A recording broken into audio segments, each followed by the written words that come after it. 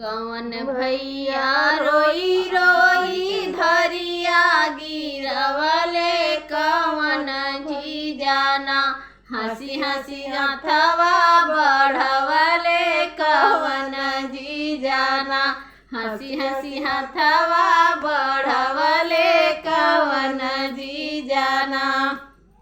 कृष्ण भैया रोई रोई धरिया गिरवले अर्जुन जी जाना हंसी हंसी हाथवा बढ़वले अर्जुन जी जाना हंसी हंसी हाथवा बढ़वले अर्जुन जी जाना।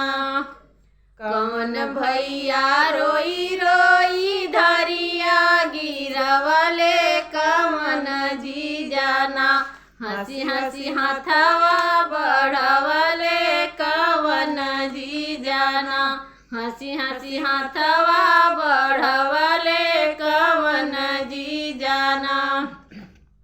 शिव भैया रोई रोई धरिया गिरवले ब्रजनाथ जी जाना हंसी हंसी हाथवा बढ़वले ब्रजनाथ जी जाना हंसी हंसी हाथवा बढ़वले ब्रजनाथ।